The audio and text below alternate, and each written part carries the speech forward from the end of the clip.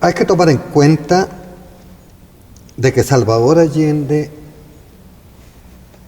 llegó al gobierno para hacer cumplir el programa de la Unidad Popular, que tenía un continente político antiimperialista y antifeudal. Por lo tanto, había que modificar aquí en el Parlamento sustancialmente las estructuras administrativas de gobierno.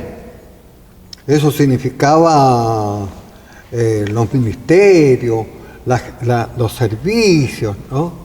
Y así como estaba planteado, por ejemplo, en el terreno del traspaso a la creación, el traspaso y la creación del área social de la economía, las grandes empresas, los bancos, las instituciones financieras pasaban a manos del Estado, terminando con el uso en beneficio del gran empresariado, del gran industrial, del capital parasitario, y pasarlo entonces a poder social, a las manos del pueblo a través del gobierno. Eso en el plano de la creación del área social, cumpliendo el programa de la Unidad Popular antiimperialista.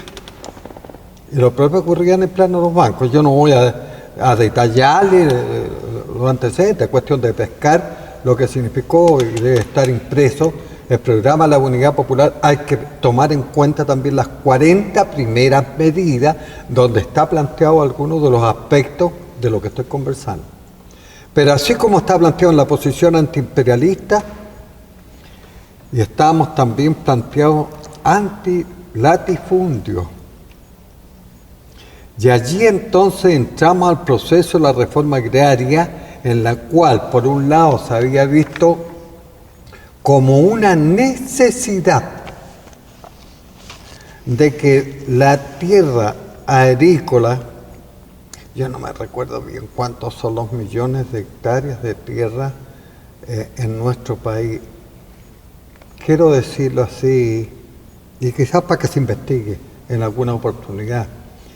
Yo tengo entendido que era alrededor de 8 a 10 millones de hectáreas de tierra que estaban destinadas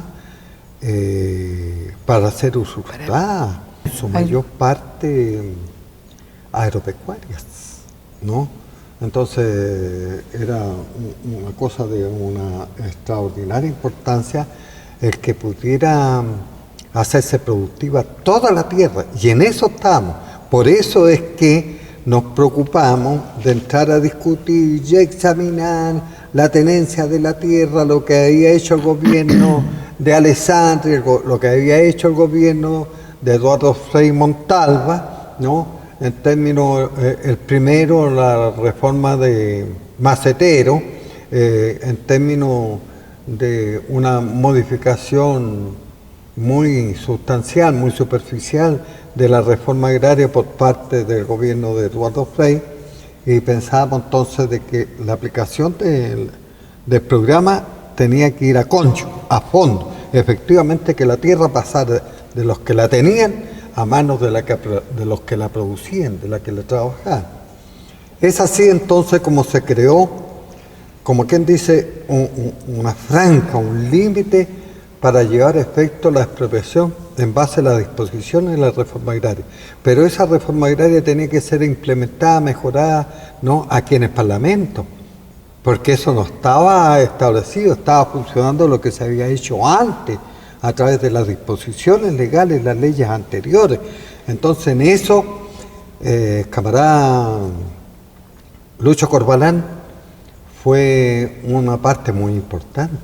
Él tenía el encargo, bueno, en general todos teníamos que actuar de consumo, pero él tenía la parte más importante, que era legislar, hacer proyectos, hacer las indicaciones, hacer las formulaciones para modificar las disposiciones de tenencia de tierra para transformarlas en una real y verdadera reforma agraria.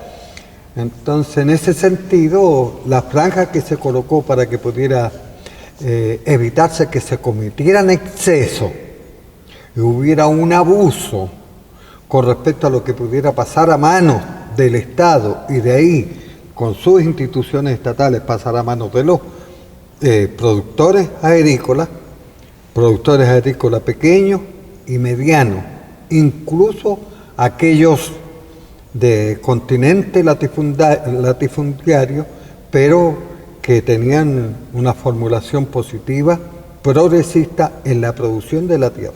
¿Cuál fue la franja? ¿Cuál fue la medida para hacer la reforma? 80 hectáreas de riego básico. Esa es la unidad de en que el gran latifundio debía quedarse reducido.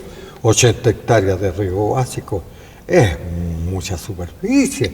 Ahí se pueden criar miles y miles de cabezas de ganado, se puede hacer producción de todo tipo, ¿no? En el interior de 80 hectáreas de riego básico.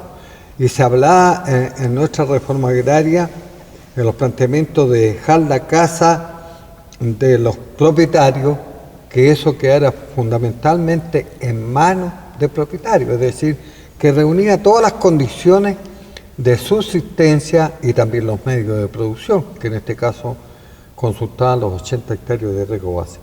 Lo demás era susceptible de ser traspasado a manos del gobierno, del Estado.